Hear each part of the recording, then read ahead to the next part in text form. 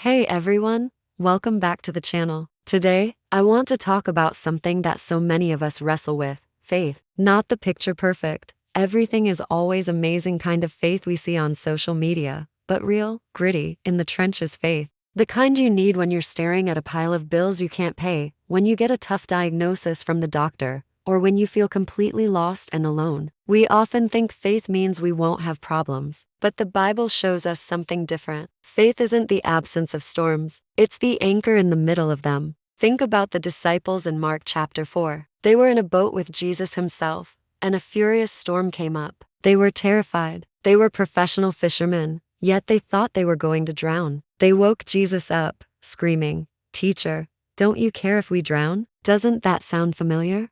How many times have we been in our own storms and cried out, "God, don't you see this? Don't you care?" It's a very human reaction. Jesus calms the storm, but then he asks them a powerful question.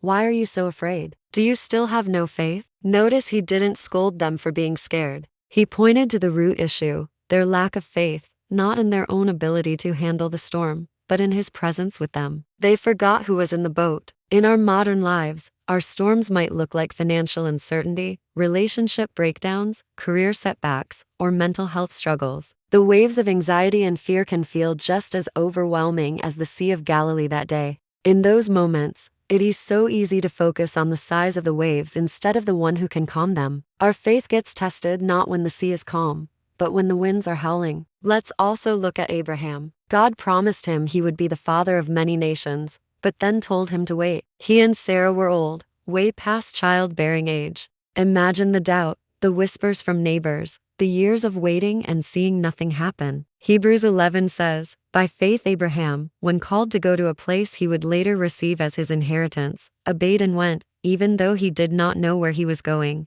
He stepped out on a promise with no map, no timeline, just trust. Today, we're a culture of instant gratification. We want next-day delivery on our prayers. We want a clear 5-year plan for our lives. But faith often calls us to wait, to trust in God's timing, even when it makes no sense to us. It's trusting that God is working behind the scenes, preparing something for us, even when all we see is a closed door or a silent sky. It's choosing to believe his promise is more real than our current reality. So, what does this practical faith look like day to day? It's not about pretending you're not scared or worried. It's about bringing those fears to God. It's saying, "God, I'm terrified right now. This situation looks impossible, but I'm choosing to trust you. I'm choosing to remember that you are in this boat with me." It's reading his word, not just as an old book, but as a living promise for you today. Faith is a muscle. It gets stronger the more you use it. Every time you choose to trust God in a small thing, you're building the strength to trust him in the big things. It's not about having perfect, unwavering faith from the start.